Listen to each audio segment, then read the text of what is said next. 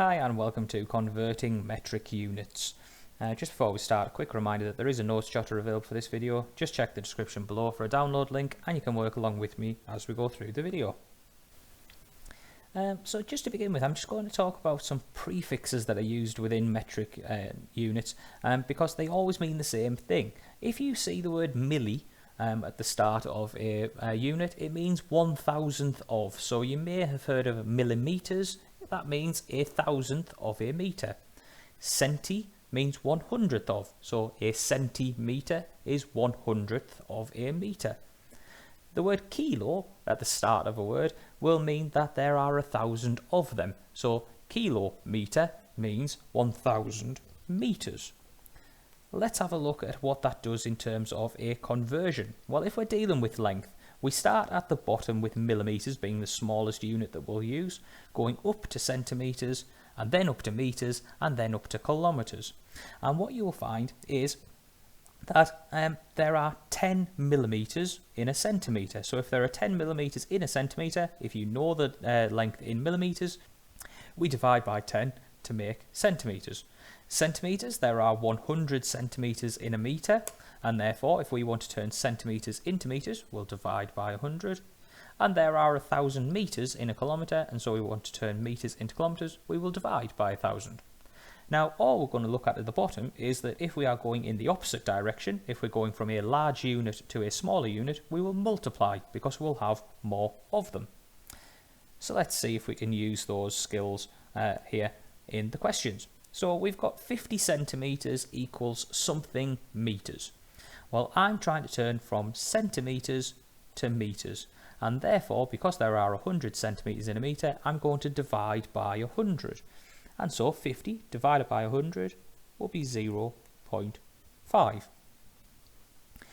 I want to do 1.4 meters into centimeters. Well, in this case, meters to centimeters is going in this direction. There are more centimeters than there are meters, so we're going to multiply by 100.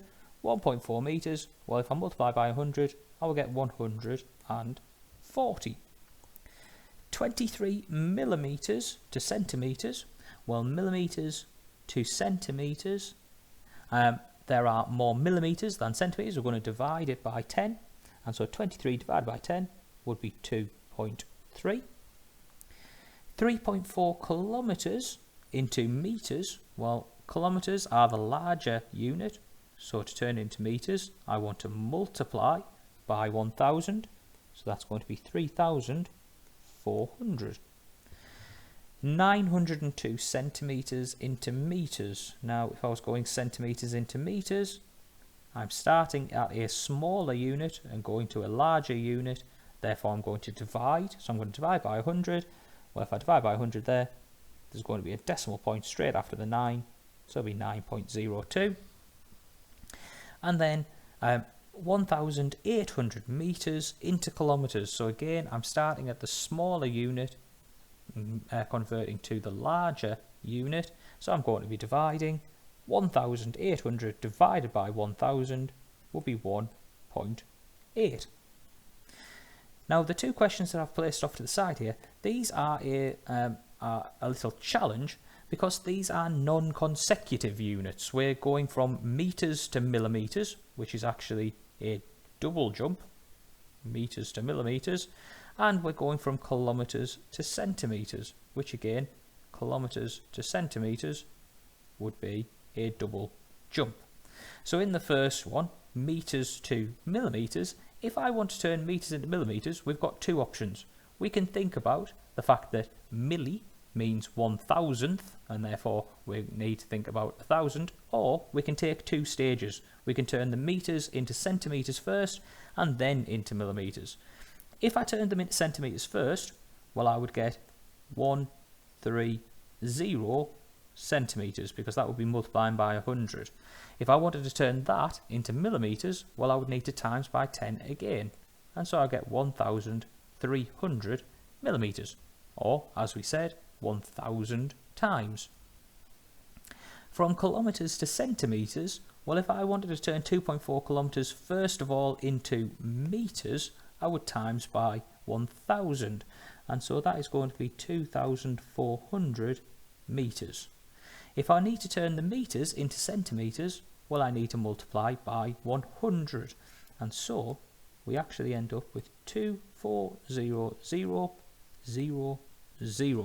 We have 240,000 centimetres. When dealing with mass, we generally only actually look at two different units. We look at grams and we look at kilograms. And so just like we had before, we have a gram, and then kilogram means we have 1,000 of them. So 1,000 grams is a kilogram. And so if we're turning grams into kilograms, we're going to divide by 1,000. If we're turning kilograms into grams, we're going to multiply by 1,000. So let's give that a go. 3.2 kilograms is how many grams? Well, 3.2 kilograms, if we want to turn it into grams, we need to multiply by 1,000. And so we're going to get 3,200. If it's 4,300 grams, turning into kilograms, well, I need to divide by 1,000. And so if I divide by 1,000, I'll get 4.3. 0.6 kilograms to grams. Well, again, this is the larger unit to a smaller unit, so I need to multiply. So I need to multiply by 1,000. This is less than 1 kilogram, so it's going to be less than 1,000. In this case, it's actually 600 grams. 23.2 kilograms. If I want to turn that into grams, again, I need to multiply by 1,000. And so that's going to be 23,200. 23,200. 300 grams into kilograms. Well, if I want to turn grams into kilograms, I need to divide by 1,000. And so if I do that, it's going to be 0.3. And finally, 0.04 kilograms into grams. Well, if I want to turn kilograms into grams, I need to multiply by 100. And this is a lot less than 1,000 grams, because 1 kilogram would be 1,000. Well, this, in fact, is only 40 grams. When we deal with capacity, we are only dealing with millilitres and litres. So again, those prefixes, milli meaning 1,000th of a litre.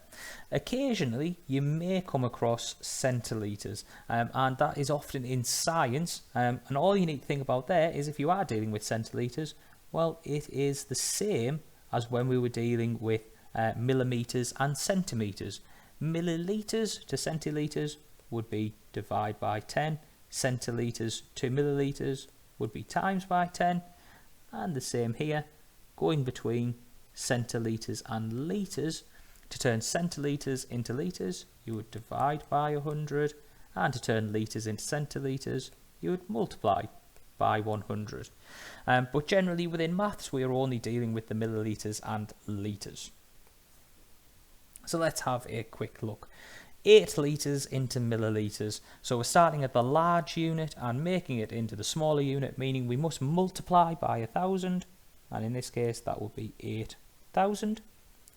3.2 litres to millilitres. Again, we've got the larger unit changing into the smaller unit, so we need to multiply by 1,000 again. 3,200. 3,500 millilitres into litres. Well, again, this one we need to change a small unit into a larger unit, so we're going to divide. That's going to be 3.5. 0.65 litres into millilitres, so this is the larger unit into the smaller, so this time we're going to multiply. If I multiply that by 1,000, it's going to be 650. 450 millilitres into litres. Well, again, this one is small unit into larger unit, so we need to divide by 1,000.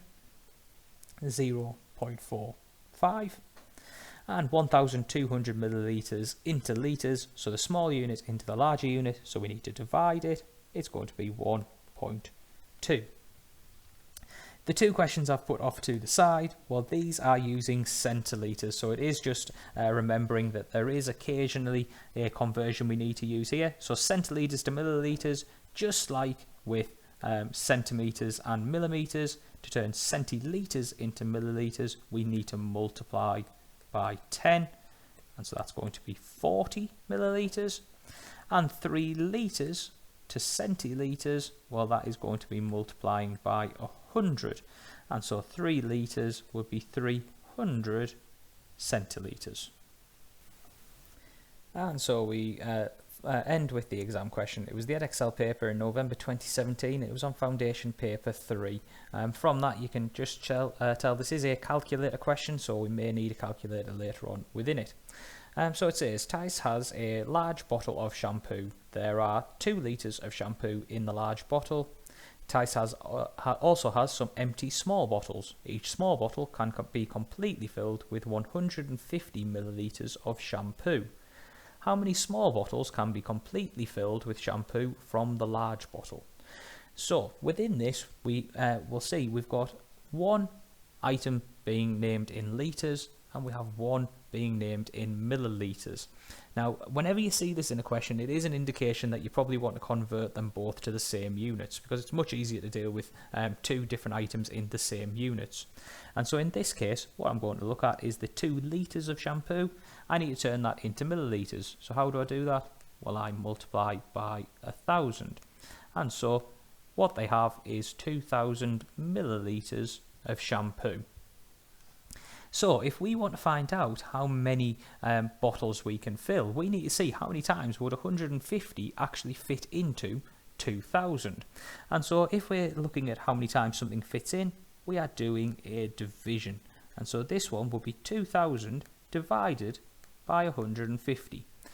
Now, you have got many ways that you could do this. You could just keep adding together 150 until you reach your 2,000 limit. That's absolutely fine, but it might take quite a while. So the other option is to grab your calculator. It was paper 3, so we'll grab a calculator and we'll type in 2,000 divided by 150.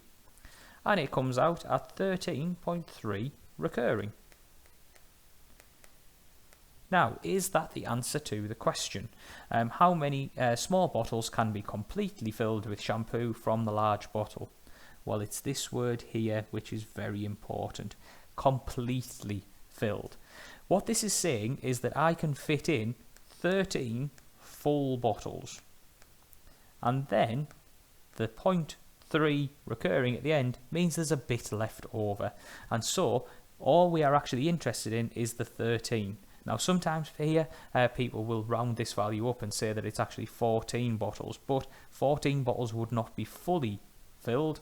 It would only be the 13 bottles which were complete.